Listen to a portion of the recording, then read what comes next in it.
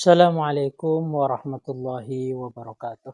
Alhamdulillah sahabat-sahabatku semuanya dimanapun Anda berada yang senantiasa ingin mengenal dari kehidupan Rasulullah SAW, mengenal dari kepribadian maupun akhlaknya Rasulullah SAW. Namun saat ini kita sudah masuk di dalam sirah nabawiyah atau cerita perjalanan dari seorang kekasih Allah yaitu Rasulullah SAW, tentunya dengan bernama Muhammad. Kemarin kita sudah membahas dari kabilahnya atau suatu keluarganya yang tentunya dijuluki dengan Hasimiyah, keluarga Hashim, dan beliau terlahir dari seorang ayah bernama Abdullah. Tentunya Abdullah ini memiliki ayah namanya Abdul Muthalib, yang mana dari anaknya Hashim ini adalah julukan. Tentunya nanti kita akan bahas bagaimana pada saat itu orang-orang lebih mengenal dari seseorang tersebut dengan julukannya. Dan Hashim ini adalah julukan yang asli namanya yaitu Amru, dan beliau memiliki istri di Mekah. Kemudian dalam rangka perjalanan ke Syam dalam berdagang, beliau pun telah bertemu dari seorang wanita dari keluarga di Madinah, yaitu pada saat itu Yasrib, dan memiliki anak tentunya yang memiliki julukan Abdul Muthalib. Pada saat itu Hashim pun kembali, dan keluarga yang di Mekah pun tidak mengetahui bahwasanya memiliki dari saudara di Yasrib atau Madinah. Namun di perjalannya waktu mereka mengetahui bahwasanya ada saudaranya di Madinah, yaitu yang mendapatkan julukan juga Abdul Muthalib. Kemudian ketika ibundanya dan tentunya Abdul Muthalib pergi ke Makkah, bertemulah dengan Al-Muthalib, tentunya saudara dari Hashim sendiri. Pada saat itu melihat dari Abdul Muthalib itu pun mereka tanpa terasa meneteskan air mata karena baru bertemu dengan Abdul Muthalib. Dan pada saat itu Abdul Muthalib walaupun diajak untuk singgah, namun ia mengatakan tentunya dia izin kepada ibunya. Tidak diberikan suatu izin dan diajaklah ke Ka'bah pada saat itu baru diizinkan.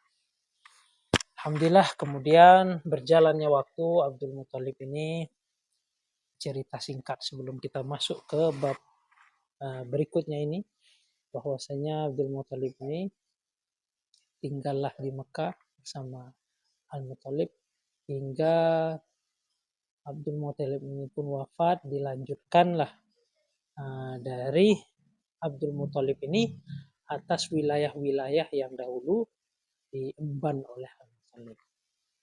Lalu pada saat itu pun terjadi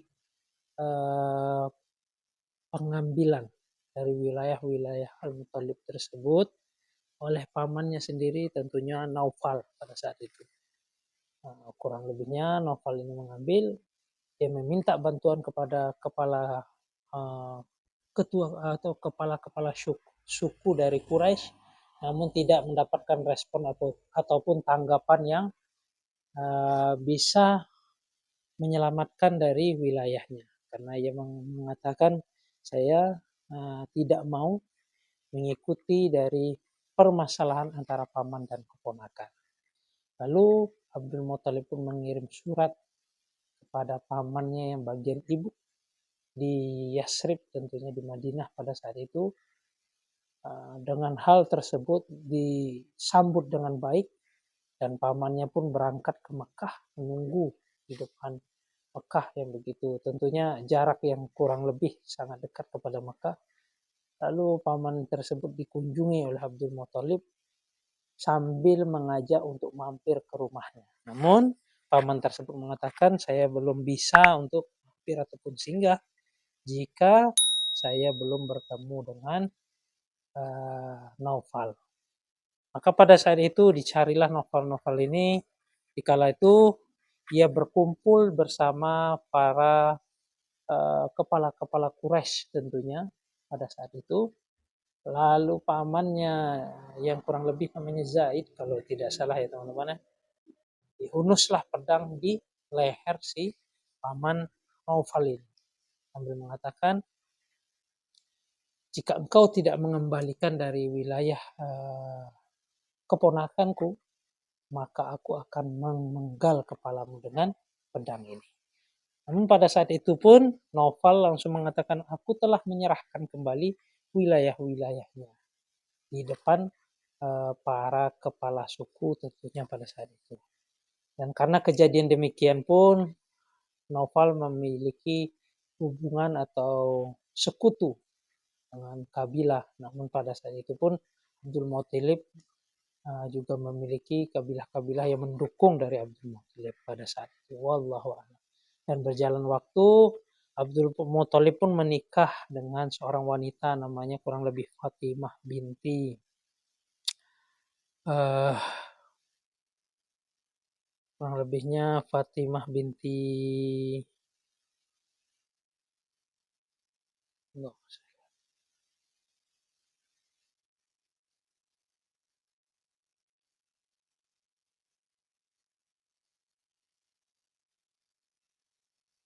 menikah.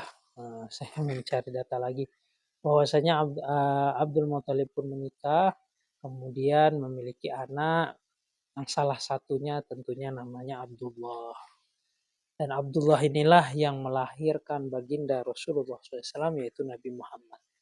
Dan adapun Abdullah ini adalah anak yang paling disayangi dari Abdul Muthalib. Pada saat itu Abdul Muthalib memiliki anak dan dikarenakan tradisi sudah banyak berubah sedikit banyaknya yang tentunya pada saat itu pun masih meyakini itu adalah yang dilakukan oleh Nabi Ibrahim. Sehingga pada saat itu Abdul Muthalib memiliki anak yang kurang lebih 10 dan tidak memiliki anak lagi, dia mengungkapkan nazarnya ketika bahwasanya dia akan menyembelih salah satu anaknya. Maka anaknya mematuhi segalanya apa yang dikehendaki dari ayahandanya yaitu Abdul Muthalib. Maka diundilah, namun yang keluar nama Abdullah pada saat itu. Untuk Abdullah dibawa ke Ka'bah dengan terhunusnya golok atau pedang ya, yang tentunya ingin menyembelih dari Abdullah. Namun pada saat itu banyak dari kalangan-kalangan Quraisy yang memberikan suatu pencegahan kepada Abdul Muthalib terhadap Abdullah. Dan tentunya untuk mendatangi seorang dukun yang mana tentunya dia bisa memberikan solusi atas permasalahan yang engkau lakukan ini. Karena pada saat itu Abdullah bingung karena dilarang. Bagaimana caranya saya untuk mengganti dari nazar saya? Jadi bawalah kepada dukun tersebut dan dukun itu pun memberikan suatu permasalahan yang bisa menyelesaikan masalah tersebut. Itu mengorbankan kurang lebih 10 onta dan pengganti dari Abdullah. Namun dengan cara diundi juga. Nama Abdullah terletak di situ dan nama unta itu pun ada di situ. Namun beberapa kali yang keluar namanya adalah Abdullah. Sehingga kurang lebih ditambah lagi. Karena jika Abdullah yang keluar namanya, maka dia harus menambah dari unta tersebut kurang lebih 10. Maka Abdul Muthalib pun menambah dari 10 unta. Diundi lagi, keluar nama Abdullah lagi, dikorbankan lagi 10 unta. Hingga mencapai 100 unta. Pada saat 100 unta baru keluarlah nama unta tersebut. Maka berhentilah di saat itu, unta tersebut pun disembelih semuanya. Dengan tanpa ada yang mengambil, dibiarkan begitu saja. Kurang lebihnya demikian. Itulah cerita singkat dari Abdullah. Ada hadis Nabi mengatakan Aku adalah anak dari 2 orang yang disembelih. Maksudnya beliau adalah dari keturunan Nabi Ismail dan Abdullah. Dan pada saat Abdullah ini beranjak untuk hijrah atau pergi safar. Pada saat itu diperintahkan, di dalam satu riwayat dikatakan beliau diperintahkan oleh ayahandanya yaitu Abdul Muthalib untuk pergi ke Yasrib atau Madinah pada saat itu mengurus dari kurma-kurma. Dan selang waktu beliau pun meninggal dunia di Madinah. Ada juga riwayat yang mengatakan beliau pada saat itu pergi berdagang ke negeri Syam. Namun pada saat itu beliau sakit kembali, ternyata meninggallah di Madinah. Wallahu a'lam. Kurang lebihnya demikian kisah singkat dari ayahandanya Rasulullah SAW. Kemudian kita juga menyingkap dari kelahiran, tanda dari kenabiannya baginda Nabi Muhammad SAW.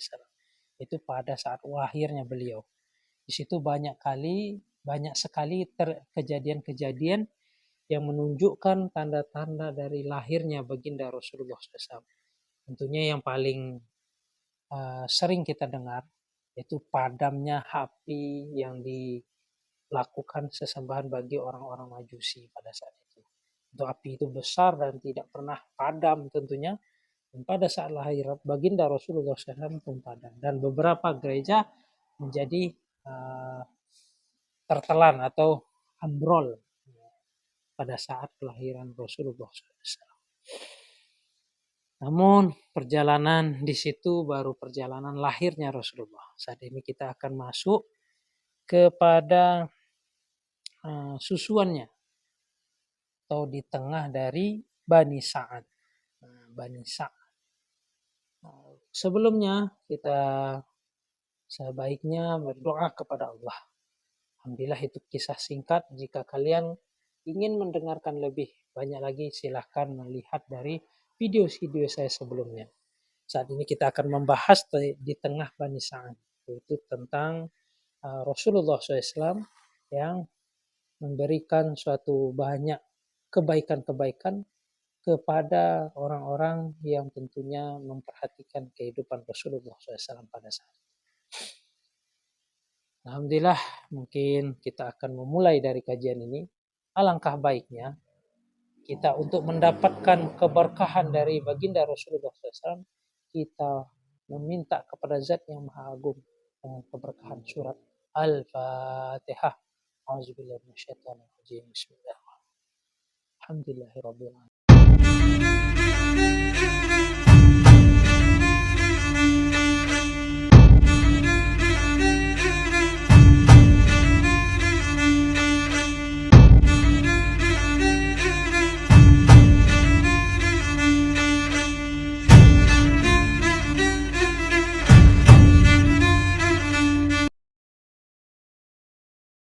Alhamdulillah sahabat-sahabatku semuanya, saat ini kita akan melanjutkan dari kisahnya baginda Rasulullah SAW yang tentunya pada saat itu beliau adalah yatim dan tidak memiliki kurang lebihnya ibu pada saat itu, yatim piatu dan disusui oleh ibu susuan. Saat ini kita akan menjelaskan tentang beliau yang mana di tangan Bani Sa'ad. Tradisi yang berjalan di kalangan bangsa Arab yang relatif sudah maju, mereka mencari dari wanita-wanita yang bisa menyusui dari anak-anaknya. Sebagaimana langkah itu untuk menjauhkan dari anak-anak tersebut dari penyakit yang menjalar di daerah yang sudah maju. Agar tubuh bayi itu akan menjadi kuat, otot-ototnya akan menjadi kekar, dan agar keluarga yang menyusui bisa melatih dari bahasa Arab yang fasih. Maka Abdul Muttalib mencari wanita dari Bani Sa'ad bin Bakr agar untuk menyusui beliau. Tentunya kondisinya saat ini Rasulullah SAW sudah tidak memiliki ayah maupun ibu dari kandungnya beliau, itu Aminah.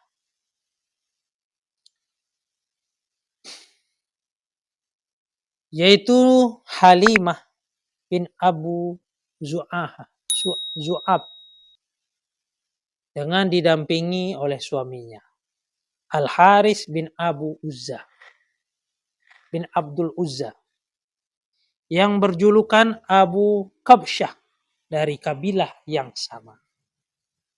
Saudara-saudara Nabi Muhammad SAW dari satu susuan atau satu susunan di sana adalah Abdullah bin Al-Haris, Anisa binti Al-Haris,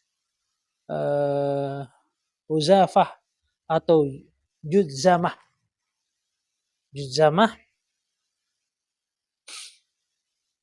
binti Al-Haris yang julukannya justru lebih populer daripada namanya sendiri, yaitu Asyaimah. Wanita inilah yang menyusui beliau dan Abu Sofyan bin Al-Haris bin Abdul Muttalib, anak dari paman beliau. Paman beliau yaitu Hamzah bin Abdul Muttalib juga disusui oleh Bani Sa'ad bin Bakr.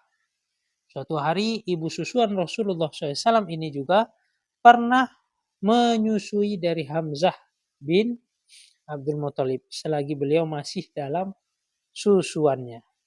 Jadi Hamzah adalah saudara Rasulullah SAW dari dua pihak,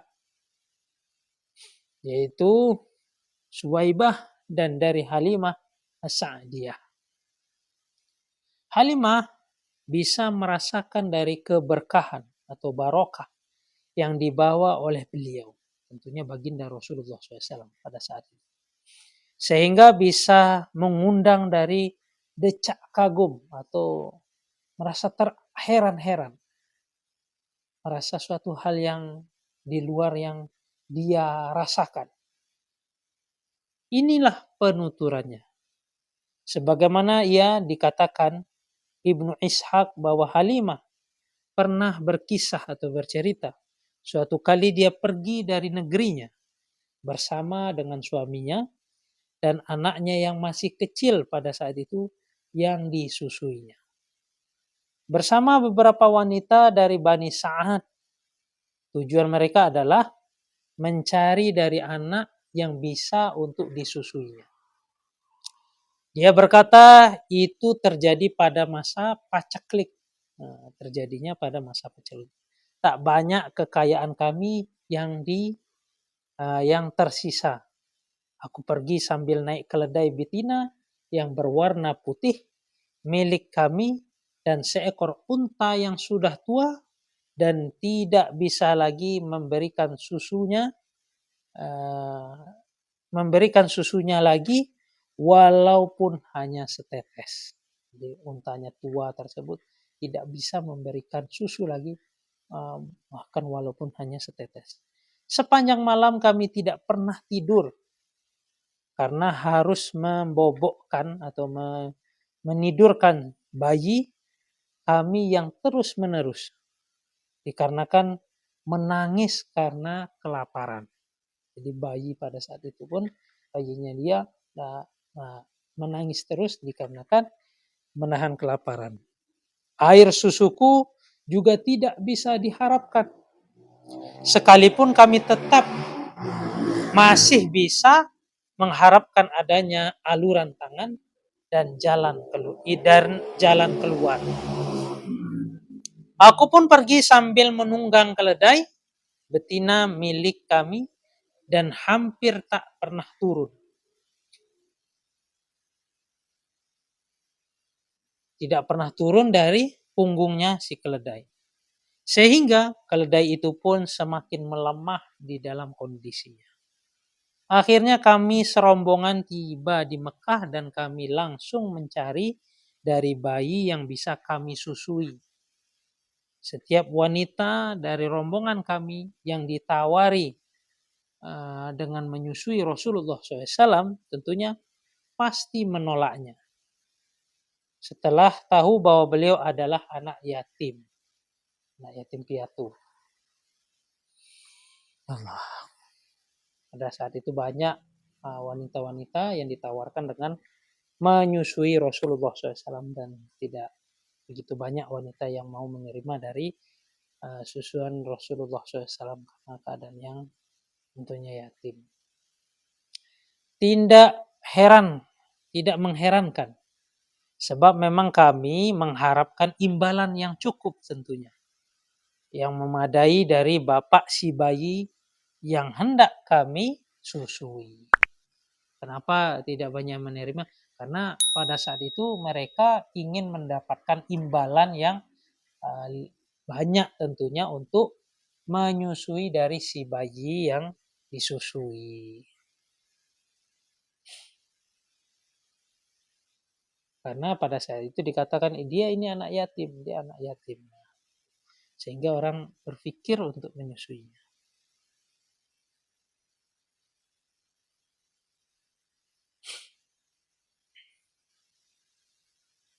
Dan kami semua pun berkata, maksudnya dari kalangan mereka dia itu anak yatim. Jadi dari orang Bani Sa'di pada saat itu mengatakan dia itu Rasulullah SAW. Tidak ada pilihan lagi bagiku, ibu dan kakek beliau. Karena kami tidak menyukai keadaan seperti itu. Setiap wanita dari segerombolan kami sudah mendapatkan dari bayi-bayi yang disusuinya. Kecuali aku sendiri. Jadi si Halimah ini. Tak kala kami sudah bersiap-siap untuk kembali, aku berkata kepada suamiku, demi Allah, aku tidak ingin kembali bersama teman-temanku wanita ini tanpa membawa seorang bayi yang bisa kususui, maksudnya disusui. Demi Allah, aku benar-benar akan mendatangi dari anak yatim itu dan membawanya. Memang ada baiknya jika engkau melakukan hal itu. Semoga saja Allah mendatangkan barokah bagi kita dan diri anak kita ini. Nah, pada saat itu ya berdoa semoga kita ngambil dari anak yatim ini mendatangkan kebaikan-kebaikan dan barokah kepada keluarga kita dan anak kita. Halimah melanjutkan penuturannya. Maka aku pun menemui bayi tersebut yaitu baginda Nabi Muhammad SAW dan aku dalam keadaan siap untuk membawa si bayi tersebut yaitu Rasulullah SAW.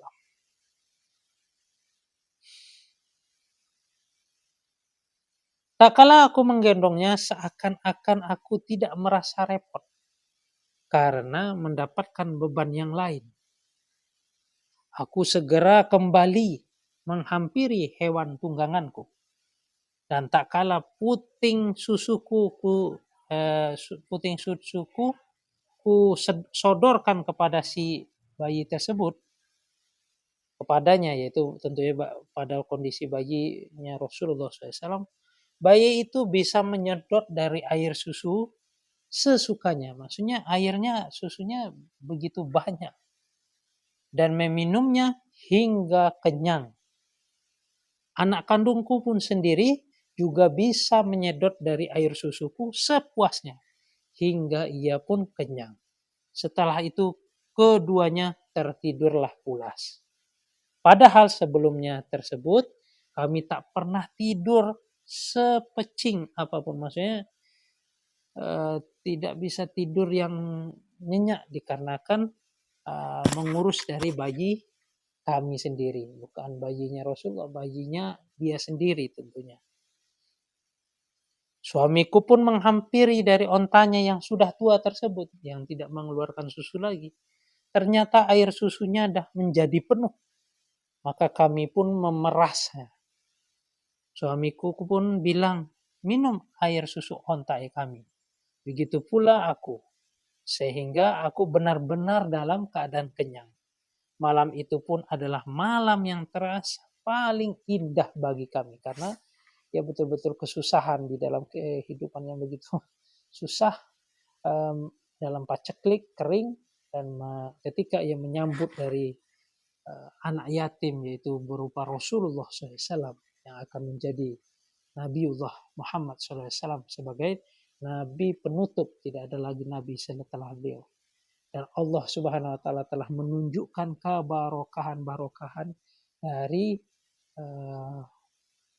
berkhidmat atau melayani dari Rasulullah SAW pada saat waktu bayi. Demi Allah katanya, tahukah engkau wahai Halimah, engkau telah mengambil satu jiwa yang penuh barokah, kata suaminya pada esok harinya. Demi Allah, aku pun berharap yang demikian itu, kataku, kata Halimah. Halimah melanjutkan penuturannya. Kemudian kami pun siap-siap pergi menunggangi keledaiku. Semua bawaan kami juga kunaikkan bersama di atas punggungnya. Maksudnya di atas punggung hewan kendaraannya. Demi Allah, setelah kami menempuh perjalanan yang sekian jauh, tentulah keledai-keledai mereka tidak akan mampu untuk membawa beban seperti yang aku bebankan di atas punggung keledaiku. Sehingga rekan-rekanku berkata kepadaku, wahai putri Abu Zu'aib, celaka engkau, tunggangan engkau, tunggulah kami. Bukankah ini keledaimu yang pernah engkau bawa bersama kita dahulu? Katanya. Demi Allah, begitulah. Ini adalah keledaiku yang dulu, kataku. Demi Allah, keledaimu ini keledaimu itu kini telah bertambah perkasa, maksudnya bertambah kuat. Kata dari teman-teman kabilahnya tersebut. Kami pun tidak tiba di tempat tinggal kami di daerah Bani Sa'ad. Aku tidak pernah melihat sepetak tanah pun yang lebih subur saat itu. Domba-domba kami datang menyongsong kedatangan kami dalam keadaan kenyang dan air susunya juga penuh terisi. Masya Allah. Kambingnya kenyang, tanahnya subur dengan percikan dari Rasulullah SAW, keberkahan Rasulullah. Maka pada saat ini ulama-ulama banyak sekali bersolawat kepada Rasulullah, bersolawat karena begitu banyak membawa suatu keberkahan di dalam kehidupan kita. Tentunya ini ibu susuannya merasakan banyak kali mendapatkan suatu keberkahan dari menyusui Rasulullah. Ya Allah.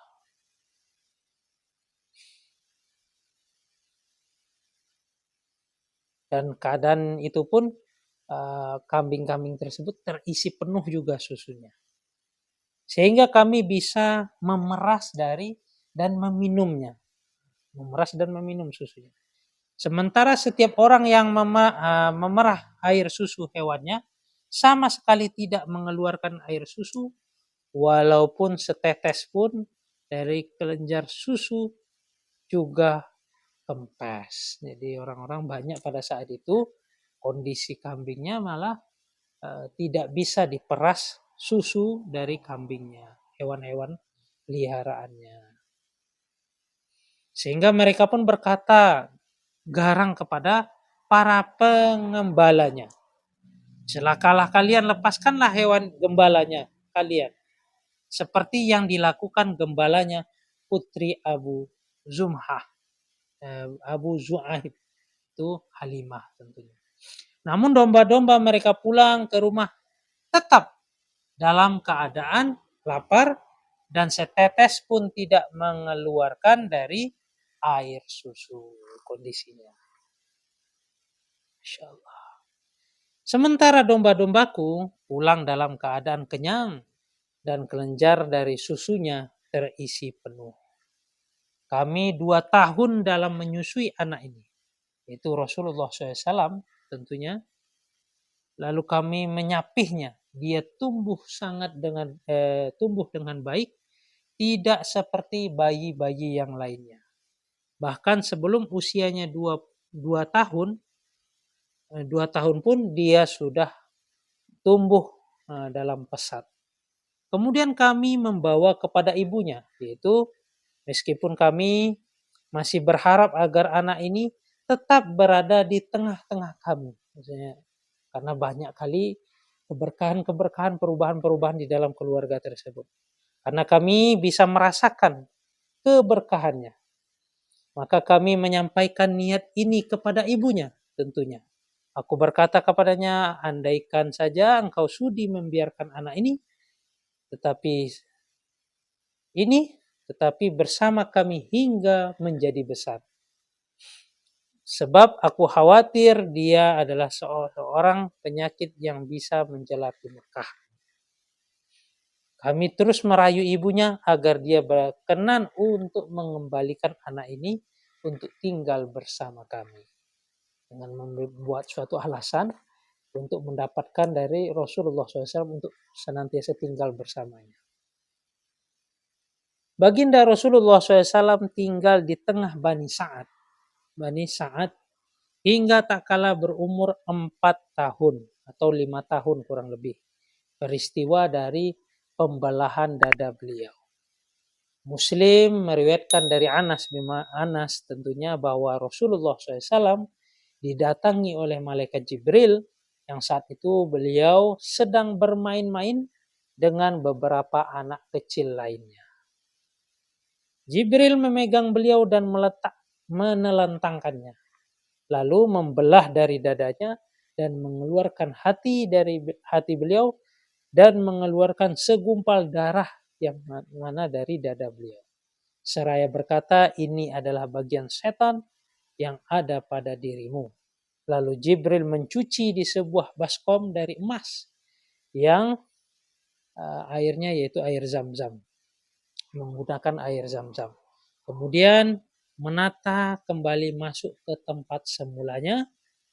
Anak-anak kecil lainnya berlari mencari ibunya, ibu dari susuannya, dan berkata, Muhammad telah dibunuh. Mereka pun datang menghampiri beliau, yang wajah beliau pun semakin berseri.